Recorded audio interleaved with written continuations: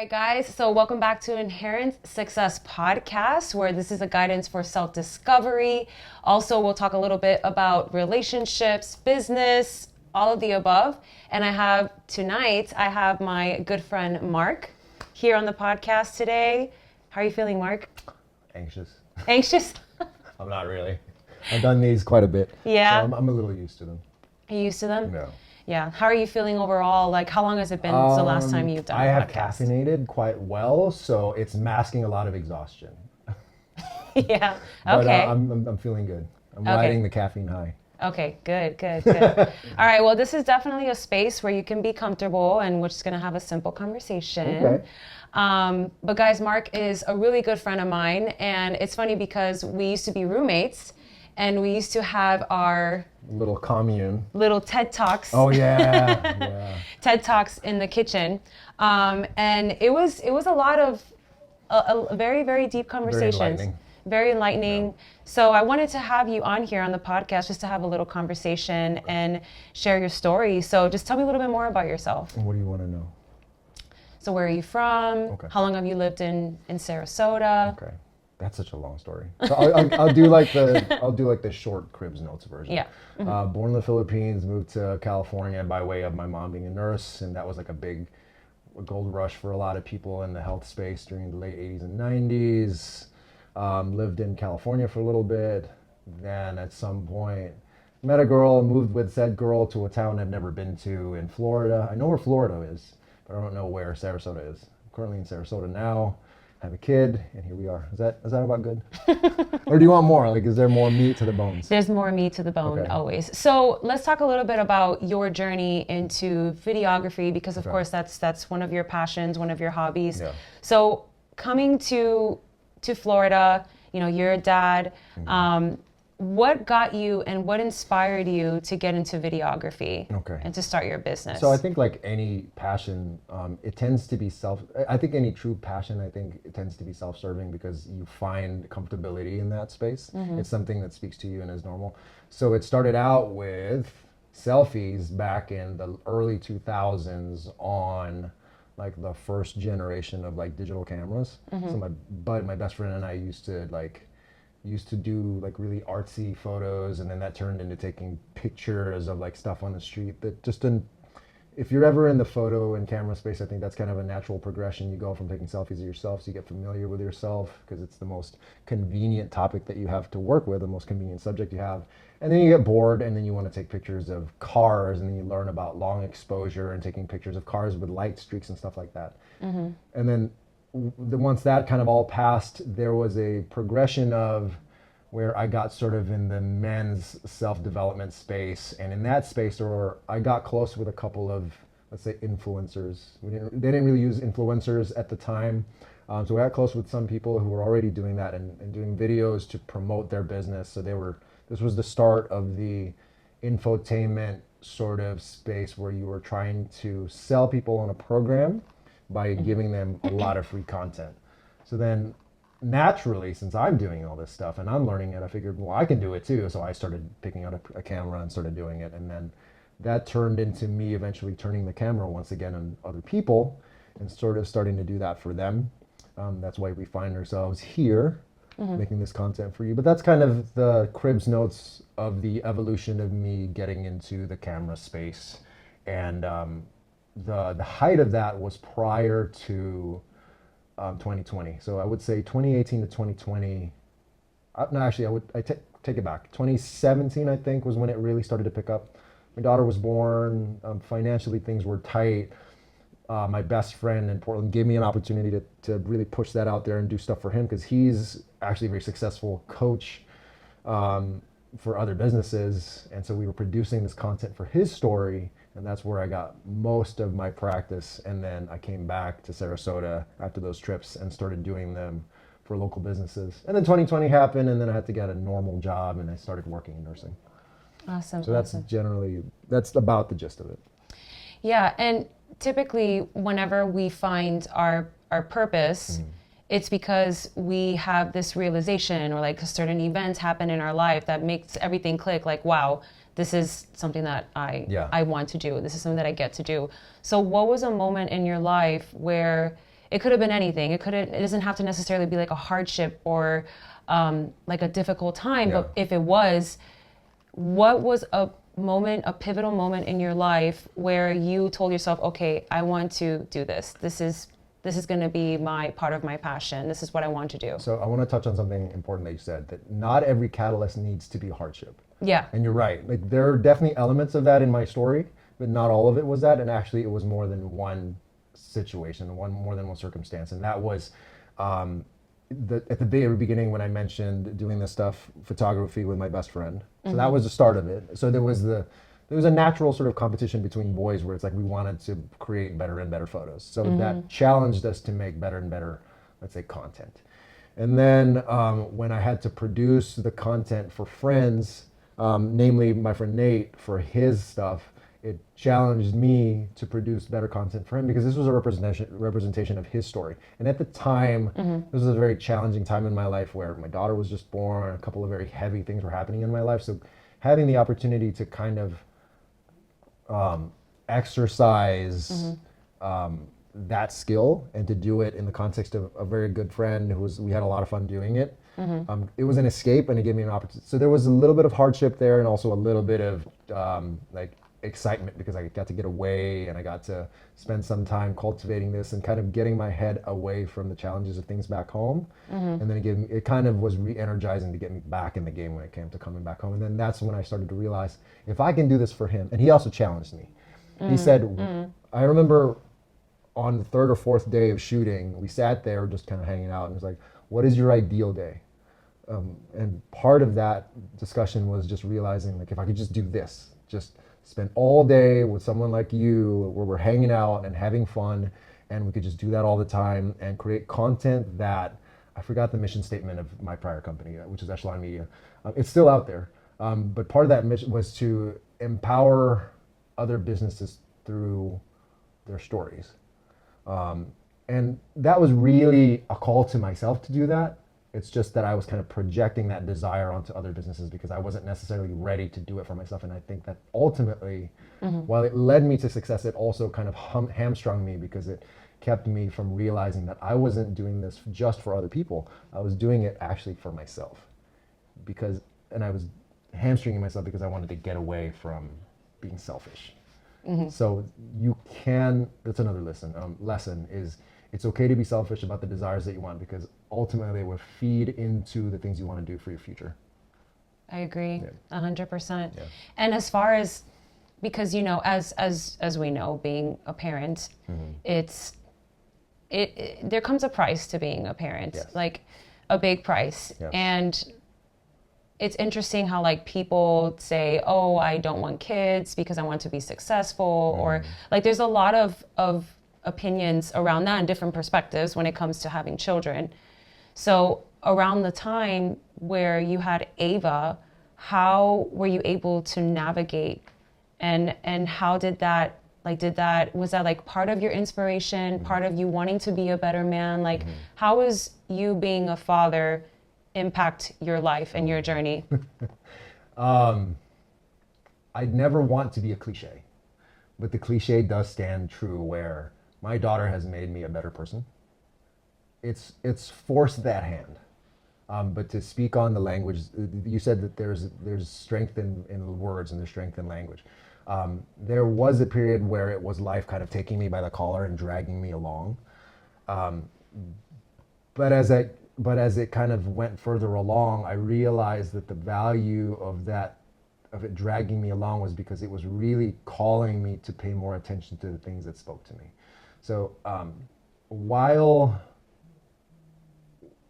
being a parent has challenged me to sacrifice a lot to be a parent, it's also really narrowed the focus so that success, I can either sacrifice myself, my desires, my happiness to just, let's say, work a normal job. And there's nothing wrong with that. If that's where you are at the moment, there's nothing wrong with that. If you need to put food on the table, a roof over your heads and all that stuff, that's absolutely critical. And that's something I had to realize. And that's why, like right now, I'm sort of at the end of that chapter and I'm transitioning back into respecting my own desires. I'm being reminded yet again that in order to honor my relationship and my faith and love to my daughter, the best way to do it is not to sacrifice myself at the altar of a job. It's to honor my own desires, and it can look selfish. Like, depending on your perspective, it can look selfish. Yeah. Because people do have their perspective. Yeah, Like, you should just, absolutely. you should just work 20 years in a career that's safe. And being an entrepreneur is a very unsafe endeavor because everything falls on you. It's easier to cast blame on your boss and your job and all that stuff. But respecting, the happier that I am, the fuller basically that my cup is, the more that I can give to my daughter and the more that I can give to those that I love. I love that. And it's true what you said, the perspective. There is absolutely nothing wrong with having a job. For me, I have a job and I love my job, and there, I get opportunities from there, but there is nothing wrong also with pursuing your passion, pursuing your dreams. I rather work on myself and be the fullest expression of myself, and that's with love and connection and really fulfilling my dreams, living my purpose, living my vision for him, for my son. Yeah. So to me, like, when people say, and I've heard this before, I've heard other, my mother would say it all the time, and it's okay, she did the best that she could with what she had and with what she knew. But with my mother, her saying was always, I sacrificed my life for you. Yeah. I did everything for you. I didn't pursue my dreams and did what I did. And that's fine. Like, Yeah, thank you. Thank you. That's what you're supposed to do. Yeah. But just being open to possibility, Yeah. and being open to get out of the norm. And if you have that dream that you want to pursue, why not? That's know? That's a really good point about your mom. Like, imagine if you are in that phase of your life, do you really want to, like the server at a restaurant, slap the receipt on the table for your children and say, I did this for you, so be appreciative? That sucks. Yeah, I know. Yeah. And I've had that from my parents, and like you said, they're just doing the best that they can. But I think, and I've had to realize this, the deeper I've gone into this chapter in my life, and me realizing I don't want to be stuck here. If you genuinely and authentically feel like I don't want to be stuck here, formulate a plan. If you feel like I want to inevitably pursue my passion, if you're doing it by yourself, start to think about, where can I go with this? How can I maximize my current set of circumstances? And if you're in a job that, like in my situation, I was making a lot of money. I am making a lot of money. It's a very good for that. How can I leverage that to set my life up to pursue the things that I want to do? So I can use the resources that I have from that job to go into something that's going to be closer to the thing that I aspire to. If you can't just make the leap to something that you want to do, find the value as an entrepreneur. And this is not something that's discussed often. And you can be an entrepreneur within the space, in the context of your job. Even if you're working like, I don't know, like the clerk at a Walmart. Like, what does that entail? What skills are you developing within that context? Are you learning? You're learning what? Inventory. You're understanding how to customer relations. You're understanding what elements of the dream that you have for yourself can you take from your current set of circumstances and apply it down the road. And that's how, for me, given where I am in this compromised state, so I don't live with resentment and slap that receipt on the table for my daughter, go, okay, I have a plan. I need to set a time and a date to get out, but what can I take from this current set of circumstances to make that route out and still grow in the appropriate direction? Mm-hmm. Yeah, and it goes back to what you were saying about you making a lot of money at your job. Mm-hmm. It was the same thing with my corporate job for a long time. And it's not that it's shifting the conversation, but it correlates to what we're talking about when it comes to our corporate world. Because sometimes in the corporate world, you're in a career or you have a really good job that you're making so much money. So you get tied to that idea. It's a trap. It's a trap, in other terms. Yes, because it's very rewarding. It's very rewarding. You put in inputs and you get an output. You become addicted to the money, to the rat race. The loop, yeah. The loop. You're just in the loop. You're like, oh, this is good. I do this want to good, keep going. I get this money, yeah. Yeah, exactly. It's kind of like eating a chocolate bar. I love some chocolate bars. I love you some chocolate. Yeah. It's like eating a chocolate bar at nighttime, and you know that chocolate bar is bad, but you just keep eating that chocolate bar like, ooh, I love the and chocolate it chips away. And that was part of the reason why I didn't want to get into nursing, was I watched my mom come home every day, and she would be grouchy, and she'd be frustrated, and she'd complain, like anybody does at their normal job. We all have our frustrations around any job. And by the way, even when you do reach your dream job or whatever, because I've watched a lot of my own friends reach their ideal circumstances, you'll still have things that you're frustrated about. It's not going to be 1,000% like perfect. You'll still have something. So just understand that every dream and aspiration comes with its own set of challenges. Mm-hmm. Exactly. Yeah. But also too, like with that job, like with the corporate world and making that kind of money, I had this like epiphany like a few months ago. I was like, wow, I was so like lost in the work, numbing myself.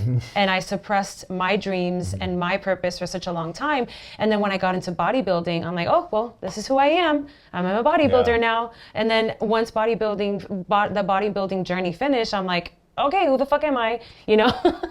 Yeah, and that's what it comes down to. You kind of like lose your identity when you're in the corporate world. Yeah, that happens very quickly. You become like, oh, I'm a lawyer, or like you take on the persona and it becomes all of you, rather than saying like, maybe you aspired to be a guitarist, maybe you aspired to be whatever your dream happens to be, and remember that. And with the good or the bad, you have to kind of accept what are the ups and downs of this dream. So if I get into, say, I want to be a guitarist for a band, what does that entail? I might have days where I'm not at home. I'm going to have to promote, like, be realistic about what that entails. Or if you want to start your own business, be realistic about what that entails so that you have a clearer picture of what you actually have to do, so that you can start to kind of either learn the skills for that, create the connections for those skills, or create enough of a budget to address those things. And also, if you are a single parent, or you're in a situation where you have to take care of others, be mindful of what kind of an impact that's going to be, because just because you think, oh, I'm making $100,000 a year, I'm in this great career, it affords me all these opportunities, there is a sacrifice there. I was working 100-hour weeks as a nurse. I was probably netting pretty close to $100,000 a year. This was in like 2020 COVID times. There was a lot of hours that were available. But I was sacrificing my health. I was sacrificing my time at home. I was sacrificing my time with my daughter, with my girlfriend, all of these things. The benefit was we got to travel a lot. I like food, so we got to eat out a lot. But that's ultimately not in alignment with the thing that I want to do. And while life right now has kind of put me in a place where I've had to step back and take on less hours, it's given me the opportunity to explore the things that I actually want to do and genuinely enjoy, and cultivate something in those spaces to grow. Yeah, 100%. And we're not saying to quit your job. Don't quit Absolutely your job. not. That's reckless. And the whole side hustle culture, or like starting your business part-time, I feel like that also gets lost in translation. And some people say, oh no, I don't believe in side hustles. Side hustles aren't good. Everyone, like, it's interesting how everything in this world is a different perspective. It literally is. Yeah. But when it comes to starting your business, that dream that you've always wanted to accomplish, at the end of the day, it is a side hustle, because it eventually turns into your full-time job, your full-time career, like what you want to do. So we're not saying to quit your job, because you want to thrive. You don't want to survive. Yeah. Because it gets to the point where your energy shifts to surviving. So instead of creating from passion and creating from a space of like love and authenticity, you're freaking creating from a space of like, fuck, I got to pay my bills. Yeah. And then you're putting all that, and I'm big on energy. So you're putting all that energy into your craft of like, I got to survive, I got to pay my bills, I got to pay the rent. Yep. So there's nothing wrong with, okay, maybe you can take a little bit of hours off and like take that risk and make that sacrifice, you know, because not everyone is willing to sacrifice, and not everyone is willing to do the uncomfortable, because it's uncomfortable. They call it the top 1% for a reason. Not everyone is willing to do what it takes to get up there. You know what I mean? So or can you even afford to just make that leap 100%? If you're if you're 22 years old, single, and have no responsibilities, if you ever listen to Gary Vee, you've heard him say, like, get a house with 4 or 5 other people, split the rent, and then you can just chase opportunity after opportunity.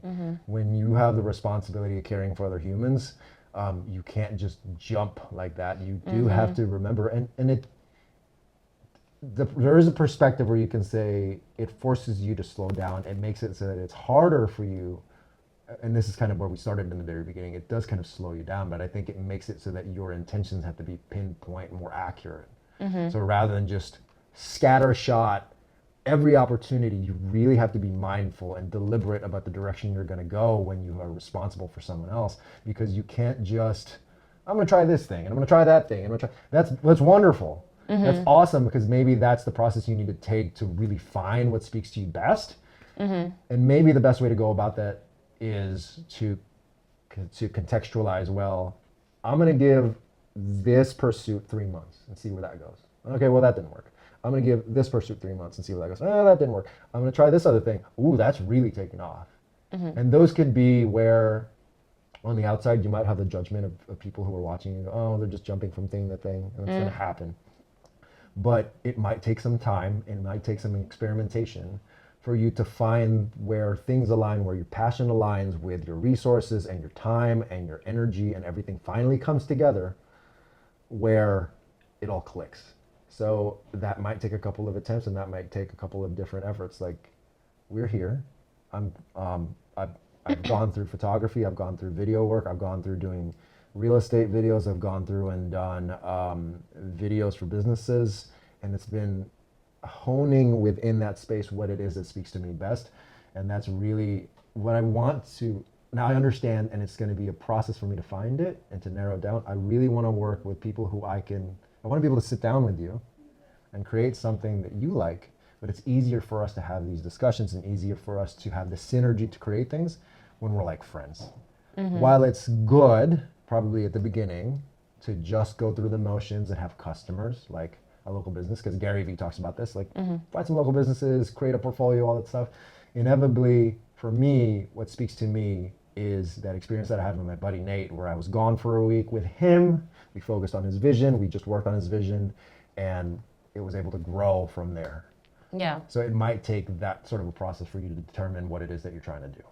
Yeah, and what's really important to bring up, to point out what you said when you were speaking about jumping from one thing to the next and one thing to the next, and then you're also displaying that to the world, like you're kind of like jumping around and you're not really consistent. Also keeping in mind, you get to pick something that you're really passionate about and that is in alignment with your purpose and your vision. And not being so fixated on that instant gratification, because that's why people quit. Because most people quit because they're looking for that instant gratification. They're looking for that, oh, I haven't made money yet. Oh, I'm going to make this much money, instead of embracing the delayed gratification to get to the goal. You're cultivating a skill. Exactly. It takes time. It's part of mastery. You got to get the reps in. Yes. You got to get the reps in. You cannot be so arrogant to believe that, just like a baby, you're just getting your first steps. You can't think that you're going to be like Usain Bolt right out of the gate. You can't assume that, okay, good on you, you sacrificed. Good on you, you're making the time to do this. But it's not as if the world and the universe immediately just open everything up and hand it all to you. You still have to work for it. Otherwise, it really doesn't have any value. And that's where it becomes valuable. And that's where you have to be deliberate about the direction that you're going, because then it's going to take time and it's not going to be easy. And the thing is, you said something about people's perspective and seeing you jump from thing to thing. People want instant gratification, but they also are seeing it, like you said, it's a matter of perspective. People are seeing your journey from their perspective of yearning for security. So they think, oh my God, Emma's jumping from thing to thing to thing. I could never do that. I have kids to take care of. I have my husband. I have my house. I have a mortgage. And that's their life. But that shouldn't stop you. And that's the challenge. It's like, it's difficult to find a cohort or a group of people to be around that will help you to flourish in these endeavors, because most of the people around you are scared. And that's the way you see it. Yes, there's the whole like crabs in a bucket perspective, and that's a very negative, confrontational perspective about people keeping you down. But I like to contextualize things in that yes, on the one hand, it seems like they're trying to keep you down, but they're only keeping you down because they're trying to keep you in a safe place. I firmly believe that most people just want to keep you safe. It's coming from a good place. Yes, it's like when your mom's like, I don't know, that's not such a good idea for you to want to be a rock star. It's because she knows I've worked as a CPA for the last 30 years. You should be a CPA. This is why, as much as I fought it, my mom was like, be a nurse, because all that she knows and what's given her security and success was her being a nurse. And while I fought it, now that I've been in it for, what is it now, 4 or 5 years, it has garnered me some security. It has garnered me the opportunity to pursue things that I wanted. And I am kind of kicking myself and saying, if I'd have been smarter or I'd have paid attention, I would have learned to use this instead of jumping from being a server and being this thing and that. And granted, I did learn a lot from those things. But if I'd have followed this route and known where I wanted to go, I probably would have gotten there faster. But again, there's still value in the challenges of all the things that I pursued. All right, guys, we'll get right back into the episode. I just wanted to take a quick break here to share with you guys that I do not make any money on this podcast. My goal and my purpose with Inherent Success is to be that guide for individuals in their self-discovery journey. So if you found any value in this episode, make sure to like, to subscribe. And if you know anyone that could benefit from the episode or the podcast overall, you can share with a friend as well. Now, let's get back into it. Absolutely. Yeah. Because there's beauty. I say there's beauty. Learnings there. Yeah, there's beauty in pain. There's beauty in suffering. There's beauty in chaos. I always say that, and it's so true. Because yes, you do have to go through certain paths to maybe learn the hard way. Maybe that's not the right path, but you learn why. Like because why are you gonna? What do you think? Like success is just straight up. Yeah. Like shit. I fucking wish. Like no, it's just gonna be up and down, up and down, up and down, up and down, and there's honestly no mountaintop. No. Because okay, you get. Let's say you make your first 100K or your first million. No, it's like, what's next? Yeah. How can I get better? How can I improve? Yeah. You know? So the journey that's why I say the delayed gratification. There's something so beautiful about it because not only are you, mastering your craft, you're getting the reps in, but you become a different person. Yeah. Because in order for you to achieve that kind of success, you have to become a different being. Yeah, you have literally. Yep. You're becoming, consider you and I have both had a journey through fitness. Right. You physically, if you've ever followed Emma, you can physically see how it transformed you in a completely different person. Less so with powerlifting, that was the journey that I pursued.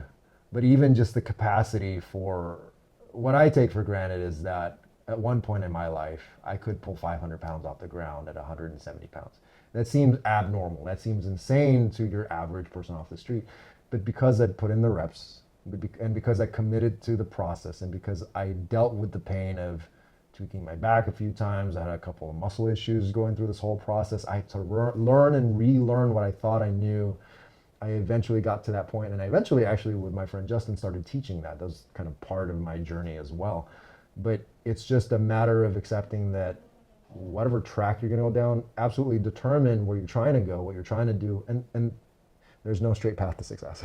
Exactly. It's like, it's not just a snaking path. It's like a snaking path on a really rough, like up and down the road. And then sometimes it goes up, and you're on an upward trajectory, and sometimes it goes down and you're sneaking through it, and then sometimes it's like accelerating up so incredibly, and then sometimes you get like devastating like downs. But as long as I always believe that like as long as you're aware of your progress, aware that you're making progress and you're paying attention to the lessons along the way, you can take those things, and rather than outright failures, you can take the lessons from those little stumbles and move on to the next thing and move on to the next thing and just keep going. I agree. And also with those challenges that you come across, it makes you more equipped to handle more things and that comes your way in life. Yeah. So it's just like how Jim Rohn says, you know who Jim Rohn is? Yeah, so you know how he talks about the seasons? Yeah. So whenever winter comes around, you're fucking ready for that winter. Yeah. Like you're suited up because you're like, you know what I mean? You were so equipped from all the challenges that came previously. Another one comes and you're like, bring it fucking on. Yeah. So that's like, people get so afraid of failure. They have the fear of, oh man, what if I mess up? Oh, what if the market crashes? Or what if my business, I'm just throwing shit out there. Like, what if my business crashes and like, I'm stuck with this, but it's like, that's part of the process. Yeah. That's the beauty, trusting the process. So I've thought about this, and I think, and it was an incredibly, so you have to consider in the entire span of humanity, failure way back in the day meant pretty much absolute death. That's why we have a bias Generational trauma. Well, that, and we have a bias towards negativity, because by being attuned to negativity, you're aware of that sound might be a snake over there, or that rustle in the grass was probably like a saber-toothed tiger. So your brain is attuned to these negative things rather than just because you take for granted the positive, because that's like, okay, well, I don't have to worry about dying anytime soon. So when people talk about how you deviate from the career path or the traditional path of like every single generation of Filipinos has always been a nurse, you break from safety and you basically go into the jungle of the world, and you have to accept that like, oh no, there's different pitfalls and different paths and different creatures that are lurking in the darkness that could potentially take me down. But like you said, and the thing that I want more people to realize this, failure is not a final thing. The thing that frustrates me is that, and I do this too, you don't die. It feels like dying, but you don't die. It feels like you continue on. And while the beauty about the human experience is that you feel it, and that is a beautiful thing, because you need to feel it. You shouldn't numb yourself from that pain, because it's a lesson that you need to learn. And as much as I've hated this process in some capacity or another, for some reason or another, I've hated this part of the process. I don't want to be a nurse. I hate this place. I hate that place. This administration sucks. I am here having to learn these lessons because they're lessons that I needed to learn. If you're a biblical person, it's like, what is it? God only gives you his greatest battles because you need to learn them, or something like that. That's not a direct quote. I'm just rediscovering that facet of my life. But the more I dig into traditional texts, and the more that I try to understand traditional older traditions, the more that I realize that these are a sort of where people have taken their experiences and their knowledge, put it all together and combine their experiences, because it's been generations of people's experiences. So, and then they're just trying to bring it down to the rest of us. And it's like, you're learning this, I'm learning this, because I need to learn to accept what it's like to work a job. I need to learn to know what it's like to be in an uncomfortable place, because maybe I've gotten too used to being comfortable. Maybe I needed to understand that so that I can appreciate, okay, the next time I'm in a really good place, I need to do whatever it takes to secure that place, so that so that I can make sure that there's less of a chance of me falling into that mess. And it's interesting that you brought up how like your thought process, and that comes from like your ego, like that little voice. And it's interesting you brought that up, because I was looking at some of your videos, and you said something very interesting. You said you're your biggest hater, and you were talking about the ego. You said our ego is designed to help us get to a certain point in our lives. So what does that mean to you? So obviously I don't know specifically what you're referencing, but at least from my experience now, we create a framework. Actually, we kind of touched on this. Remember we talked about how you become the persona of your job. I am the lawyer, I am the nurse, and most people never escape that, because they just make it entirely about themselves. This is where you get the successful CEO who has been crushing it for years, and then his entire business collapses, and then he unalives himself because he's wrapped up the entirety of who he is on the successes of his business. As you're going through this process, and as I was talking about conceptualizing the steps to your success, you definitely want to assume, you want to embrace success along the way as a way of determining that you're on the right path. But you don't necessarily want to wrap yourself around the successes you've generated, because it could have been luck. That success that you generated 3 steps into your process might be because things just fell into place and you assume, oh, I did that. I created that success, but it had nothing to do with you. But when you wrap yourself around that, when your ego wraps yourself around that success and you assume that you created it and then it falls away, you might be lost in the wilderness because now you don't know how to actually reclaim that place because it had nothing to do with you. Mm-hmm. That's very interesting because so your environment is the byproduct of inside. Mm-hmm. You're that voice. Mm-hmm. What that voice tells you that, oh, you're not good enough. Mm-hmm. You're not, don't do that or whatever. So I feel like, and we can, correct me if I'm wrong, but I feel like your success is the byproduct of what you created because of the energy. You know what I mean? Like your energy, what you were able to quiet down that noise, right? So you created that success because of your higher self. You quiet down that ego. And a lot of people allow that ego, that little voice, get to them and overcome whatever they want to achieve, right? So that's what I meant. Like, that's why I wanted to ask you, what does that mean to you? Because in reality, if you allow it, your ego does drive your life. It does control your life. Yeah. Because it's that little voice, and I call it the little Emma. That's my little voice on the side, like, no, don't do it. Yeah. You're gonna fail. But at the end of the day, like, it's not like you don't have to hate that voice. You just learn how to have a better relationship with that little Marc. Yeah, and, well, that voice is also, it's a symbiotic relationship with the environment. So people sort of understand the notion of epigenetics, and epigenetics is conceptually understanding that your internal genetics is defined by the things that are going on in your environment, because things that go on in your environment turn on and off certain parts of your genes.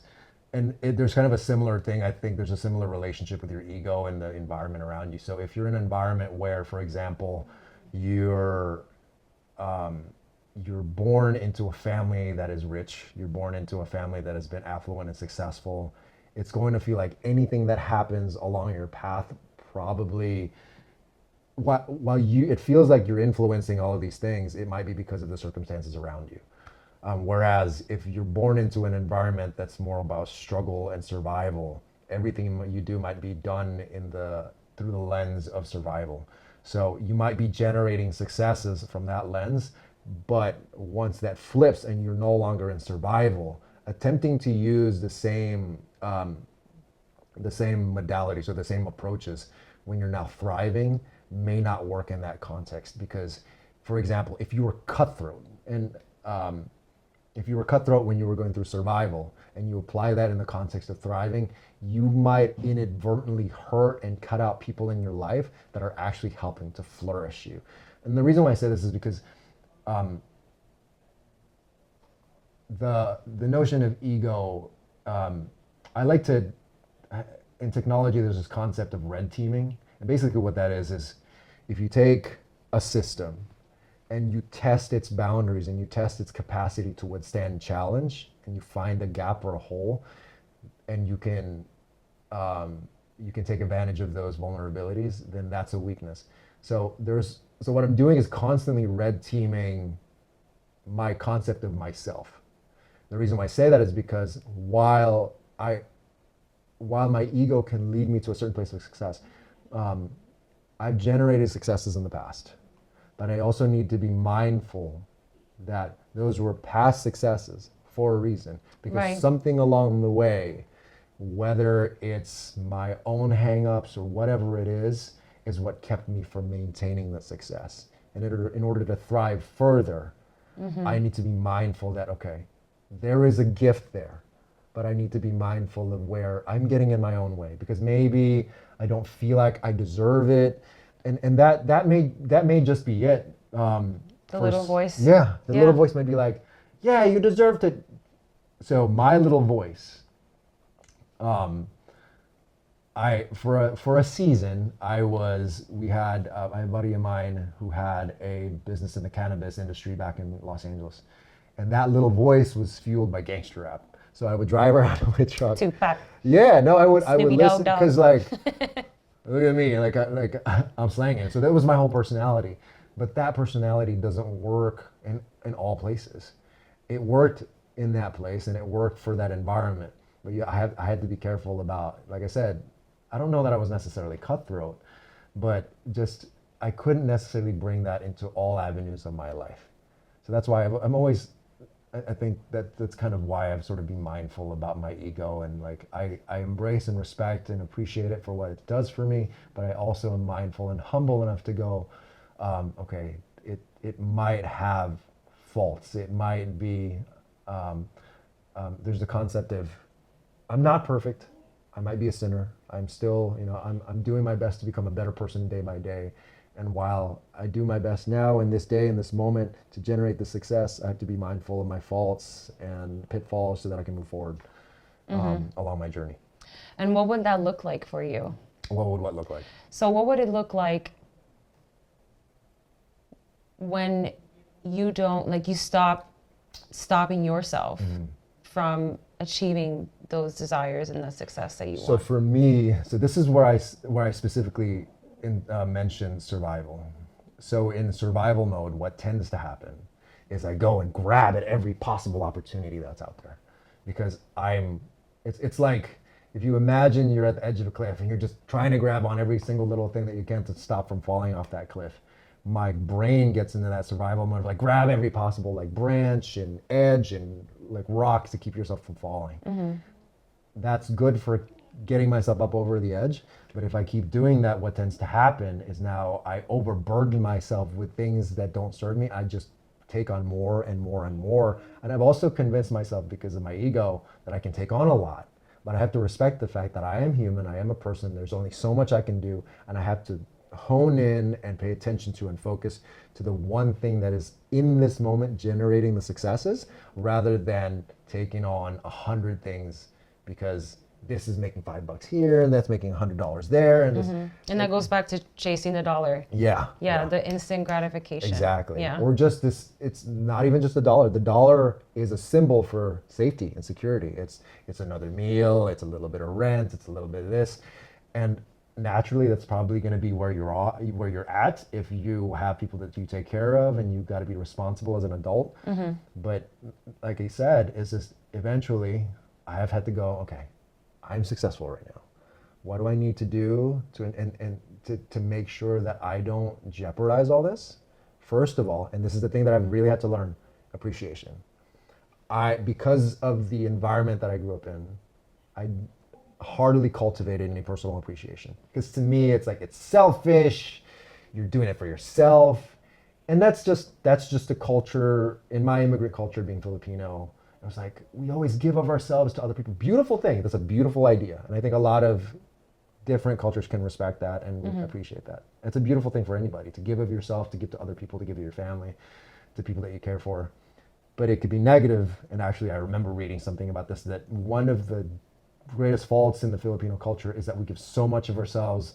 We martyr ourselves so much that we never keep any of those blessings and gifts for ourselves so that we can flourish and thrive. So that's been something that I've had to intentionally pay attention to, because you build an ego around there. You're like, I give so much of myself. I'm doing the thing that I'm supposed to do. I'm doing so good. Why am I not doing as well as I should be?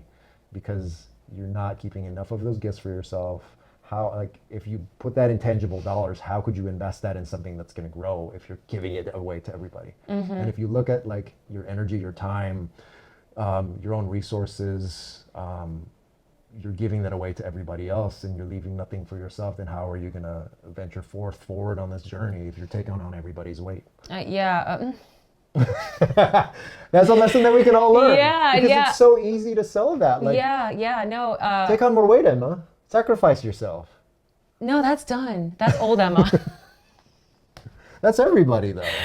That's old. That's everyone. Well, I feel like there can be a healthy balance Yes. of you can be giving, Yes. you can be appreciative, because that's how I grew up too, like seeing my grandma just giving and giving and giving and giving. Like that's also in our culture as well. We do things for people, and my grandma she was the rock of our family, and she was always like, okay, let me do this is for you, and she put herself last. Yep. She works, give to her kids, and everything else, puts herself last. And that's how I grew up. Like, and that's what I've noticed in my recent relationships. I was always giving and giving and giving and giving and putting myself last. Yeah, and everyone sees that and they go, you are so giving. Yeah. You're so sacrificing. Exactly. Look at you. Exactly. You're such a hero. So And like the martyring thing, I get that. Yeah, you get conditioned by society. They're like, I am doing well. But then you start to question, why am I not doing, why do I feel like I'm struggling? Yeah. Why do I feel like I'm not happy and fulfilled? And see, if you live in the context that you and I are familiar with, asking that question feels selfish. It feels selfish, and then some people don't understand that, and they're like, oh, you gave up. Oh, you did this. Oh, you did that. And it's like, what? But you can't give from an empty cup. There you go. That's been my motto this whole month. You can't give from an empty cup. You got to fill up your cup, people. Yeah. Yeah. No, it's true. 100%. I love it. I love it. That was what I was seeing with my mother. Like that physically was what I was seeing with her, was the entirety of the nursing space seems like you're constantly sacrificing yourself at the altar of giving. And that's good. And there are people who are willing to do that. There are people who are willing to give, they want to define the entirety of who they are as a nurse. I'm not one of those people. Maybe I'm more sensitive to my own needs, or maybe I just have to be more mindful of how much I can give, because I can easily bleed myself out. And if you feel that way, that's not a curse. If you start to question, like, maybe I'm giving too much, maybe I'm giving too much to my husband, I'm giving too much to my children, I'm giving too much to this job, maybe it's worth stepping back. Start by stepping back. Start by, giving yourself like a mental health day, if that's the start for you, giving yourself more vacation times. But that may be the step for you to take, for you to finally come into realizing, okay, I need to be more focused on something that's going to fill my cup so that I can give to those that matter most. Because your bosses will always be there. Your patients, if you're in healthcare, will always be there. Your clients, if you're a lawyer, there will always be clients. But there's only one of you, and there's only so much of you that you can give until you break. And if you break, what good are you to anybody anyways? I agree with you. We're having this conversation. It's like the universe is like, Emma, girl. Reminder. But no, I agree with you 100%, because my thing is, we're kind of similar, where I just like work, and I give and I give and I talk, and I'm doing this for people and just going, that I don't realize that I don't notice that my cup is empty. So I'm like in a car, and even though it's on E, I'm out that bitch pushing it. Like that's literally me all the time. And I had to come to a realization that in order for me to be creative and be extremely authentic, I get to take care of myself. So it's interesting that you said the whole like filling up your cup and the self-care. So now I'm committed to taking Sundays off and like taking care of myself and just literally, but like self-care, like not no phone, no social media, I had to not cancel, but I had to move one of my podcast interviews because I was like, no more. We're gonna take off Sunday, Emma. Like we're gonna take off Sunday, Emma. We're gonna work on ourselves, but it's hard. It really is. Well, the thing is, so you guys know, and I'll share my story a little bit more. My whole entire life, all I knew was to survive. Being a single mom, taking care of myself, raising myself, that was my conditioning. That was my narrative. I always thought I have to work. If I don't work, I'm a lazy bitch. or I don't get shit done. You're selfish if you don't. Yeah, I'm selfish if I don't work. Like, what are you doing? Why are you laying down? Do something. Like that has always been my mentality. So recently, also being in a container with a community, like I've been learning to, one, be vulnerable and ask for help, because that's something that I get to learn and apply in my life, because I'm always like I got this, I'm going to do it myself type of person. Yeah. And that's extremely detrimental. There's nothing wrong with asking for help. So asking for help, and then also realizing that it's okay to take a break. Yeah. Like there's nothing, because if you want to thrive, you got to fill up your gas tank. Yeah. Cars don't run on E. That was, well, you get out of the car. No, I'm just kidding. You push the car. That might be this might be a good natural stopping point for us, and we can carry on this conversation for part 2, 3, 4, 5. We definitely have to do a part 2, But yeah, Mark. that's a good place to walk away from, is respect and give yourself the consideration that you are human, and maybe biologically too. Maybe there's just something physiologically and biologically where you might have manic phases, and take that into account as you take the time to step away and give yourself time. Maybe you need to go see professional help to kind of determine what's going on, and you can work around that. Maybe get some medication if that's what it requires to get you to a better place. I don't dismiss that at all. Doing things naturally is a good thing. I always feel that that's a better route to take. But if you need assistance, and it's taken me time to grow and mature to respect that perspective, you might need to do that, because maybe because of your circumstances, it is genetic. Maybe it's been handed down over generations. But I think that's a good point to kind of leave people at, is just give yourself the room. Pursue, like, everything we've discussed is about respecting and appreciating you, because there's only one you.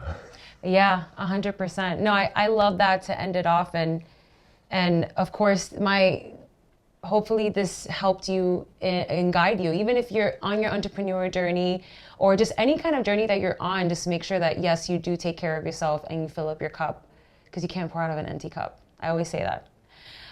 But yes, Marc, this was so awesome. We definitely have to do a part 2, because we have so much more to talk about. Yeah. But just to kind of like finish it off, if you want to share, what does inherent success mean to you? Oh, the question. Dun, dun, dun. So I've kind of talked about backgrounds and all this stuff. And to me, inherent success is just in the name itself. Inherent, to me, says that you have everything you need to generate the successes that you need for your life. It's just a matter of cultivating the additional skills or resources or community to bring that into fruition, and the commitment and dedication to do it. But most of what you need is in there. You just have to be willing to put in the work. I love it. I love it. Thank you, Marc, so much. Thank you guys for watching. So if you found any value in this episode, make sure to hit the like, share it with someone that they can benefit from. Also, if you want to see the next episode, make sure that you hit subscribe so you're updated with inherent success. So thank you. Stay tuned.